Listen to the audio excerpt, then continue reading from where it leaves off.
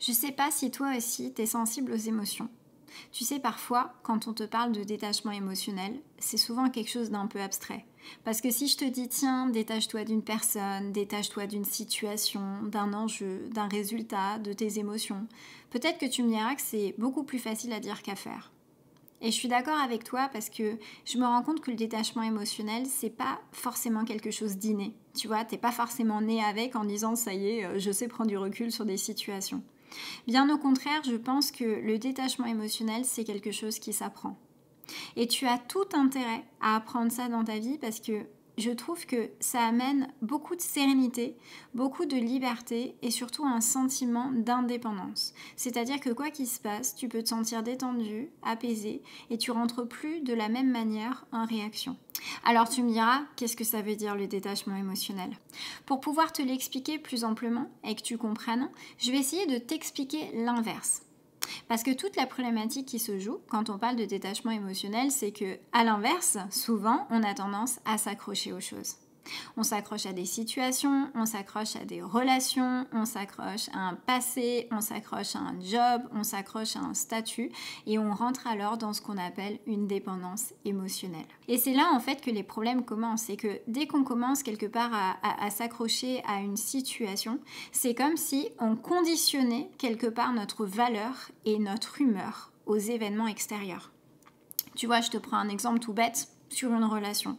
Souvent, tu vas conditionner ta valeur par rapport à la façon dont la personne va te traiter, va te parler, va te considérer en fonction de ses attitudes. Et donc, tu vas voir que tout ça, ça va aussi plus ou moins t'impacter. Alors peut-être que d'un point de vue extérieur, tu vas pas forcément le montrer en montrant peut-être un aspect un peu calme de ta personnalité, mais pourtant, à l'intérieur, ça va être une tempête. De la même façon que parfois quand tu as une situation avec des enjeux, tu te rendras compte alors que les résultats peuvent aussi conditionner tes humeurs et ta valeur. Et c'est ça qui est très compliqué. C'est que dès qu'on rentre dans une dépendance émotionnelle, c'est comme si on cherchait à contrôler l'extérieur. C'est comme si on cherchait à s'investir énormément pour pouvoir orienter les choses à notre avantage, pour que ça nous sécurise. Parce que derrière la dépendance émotionnelle, par le fait de vouloir diriger les choses, diriger une situation, diriger un job, diriger un enjeu, en fait, on cherche en permanence à se sécuriser. Et pourquoi on fait ça? C'est parce qu'en fait, ni plus ni moins, tu vis un conditionnement que tu as appris dans ton passé. Et derrière le fait de vouloir à tout prix contrôler l'extérieur, contrôler une relation, contrôler un statut, contrôler une réussite ou n'importe quoi, ben tu te rends compte que quelque part tu cherches aussi à te protéger d'une insécurité. Alors une insécurité qui peut avoir différentes natures. Ça peut être une insécurité financière, ça peut être une insécurité affective par exemple, mais c'est forcément quelque chose dont tu as trouvé fondation à un moment donné dans ta vie. Et c'est ça qui est hyper délicat, c'est que dès qu'on se retrouve en fait confronté à vouloir contrôler quelque chose, on se rend compte qu'on peut souvent être exposé à des déceptions. Parce qu'on voit que nos attentes, elles ne sont pas remplies quelque part. Et c'est ça qui est très très compliqué, c'est qu'on a l'impression qu'en essayant d'avoir ce grimpin sur la vie extérieure, on arrive quelque part à s'apaiser, mais il n'en est rien puisque ce n'est qu'une illusion. Et c'est tout le paradoxe aujourd'hui, c'est que dès que tu es dans cette dépendance émotionnelle, bah, tu te rends bien compte que derrière aussi, il y a un sentiment d'impuissance que tu cherches à tout prix à éviter. Et c'est là où on rentre finalement dans ce cercle infernal.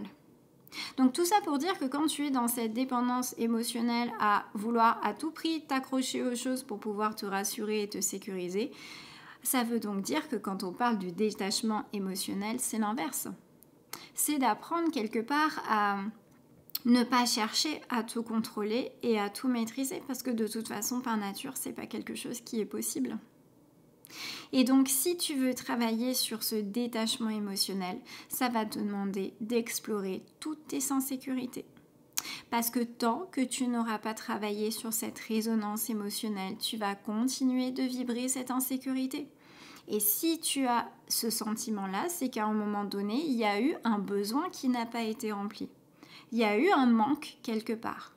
Et ça va demander alors d'explorer cette émotion. Parce que si elle est à l'intérieur de toi, c'est qu'elle a aussi un message à te transmettre et à te communiquer.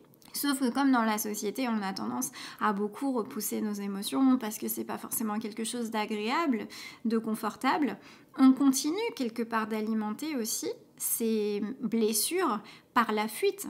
En cherchant à fuir quelque chose, ce quelque chose nous rattrape tout le temps. Et c'est ça toute la difficulté. Donc si tu veux pratiquer aussi ce détachement émotionnel, ça va passer par le fait de travailler de ce fait sur ces insécurités et de travailler aussi sur la prise de recul sur tes émotions.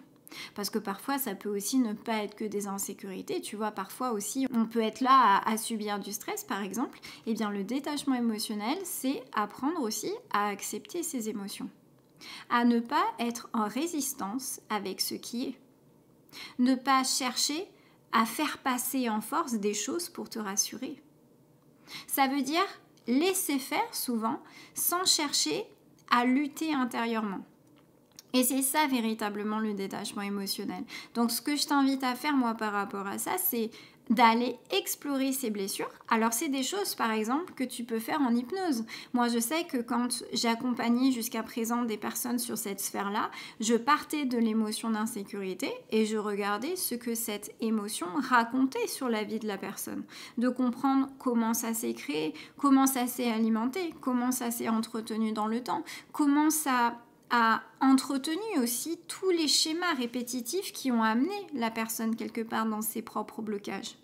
Donc c'est hyper intéressant parce que si tu arrives à libérer cette vibration émotionnelle, je peux t'assurer que tu vas pas autant t'accrocher aux autres, mais aux événements extérieurs, que ce soit un enjeu, une situation, un job, un statut de vie, et tu vas voir que ça va aussi t'enlever une certaine forme de pression.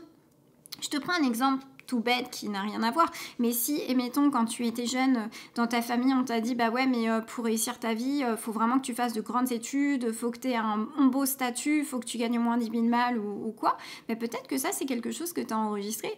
Et peut-être qu'en enregistrant ça, tu t'es mis aussi beaucoup de pression à t'accrocher aussi à un job, parce que tu t'es dit, merde, si je le perds, ça peut aussi m'insécuriser, et qu'est-ce que vont penser les autres? Ça va me donner cette impression de vivre un déshonneur, ou sinon de ressentir une culpabilité, ou de pas me sentir approuvée aussi dans mes choix.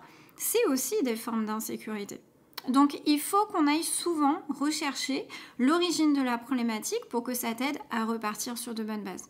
Et pour moi, en tout cas, c'est ce qu'il y a de plus efficace quand on travaille sur le détachement émotionnel. Parce que si je te disais simplement de faire de la méditation, juste de te reposer, clairement ça ne sert à rien parce que ça ne va pas changer ta vibration. Même si je te disais, tiens, essaye d'avoir des pensées positives, en fait, on s'en fout. L'idée, c'est de voir qu'est-ce qui se joue à l'intérieur de toi parce que tu es un caisson de résonance. Et donc, à partir du moment où tu continueras d'alimenter cette émotion sans chercher à en comprendre le message, elle reviendra perpétuellement. Et puis même parfois, ça peut arriver que dans la vie des gens, elles puissent hiberner à des moments et puis revenir un petit peu plus tard. Donc voilà, c'était ma petite vidéo sur le détachement émotionnel parce que je sais que voilà, c'est toujours un idéal vers lequel on veut converger, mais l'idée c'est de toujours regarder qu'est-ce qui fait qu'aujourd'hui tu ne vis pas ce détachement. Qu'est-ce qui se passe à l'intérieur de toi? Quelles sont tes émotions? Qu'est-ce qui se passe? Qu'est-ce qui résonne? Et c'est ça qui nous donnera dès lors cette information pour que tu puisses construire toi ton propre chemin d'évolution et de libération et de te dire ok, mon blocage c'est ça, voilà ce qui résonne à l'intérieur de moi et comment je vais me servir de ces propres limites comme une force pour pouvoir avancer sur mon chemin et surtout ne plus avoir besoin de me surattacher aux choses extérieures et que je puisse retrouver ma pleine valeur sans me définir par rapport à ce qu'il peut y avoir autour de moi. Et ça, vraiment, ça n'a pas de prix parce qu'il n'y a rien de pire que de conditionner sa valeur ou son humeur à des conditions extérieures. C'est très, très compliqué. Alors tu me diras, c'est vrai qu'on n'est pas forcément aidé parce que la société nous apporte beaucoup de normes où quelque part on doit rentrer dans certaines cases, on doit répondre à certaines règles. Donc on est un peu conditionné, tu vois, de la sorte. Mais aujourd'hui, je voudrais juste te montrer que tu as aussi cette possibilité de sortir quelque part de cette prison intérieure et que c'est quelque chose qui est accessible et c'est quelque chose que tu peux vraiment ressentir, explorer, expérimenter pour que tu puisses par toi-même voir la différence. Voilà. Eh bien écoute, si cette vidéo t'a plu, n'hésite pas à me faire un retour pour me laisser un commentaire. Je me ferai un plaisir de pouvoir te répondre et puis partager avec toi. Et puis d'ici là, de mon côté, je te fais de gros bisous et je te dis à très vite. Bisous. Ciao.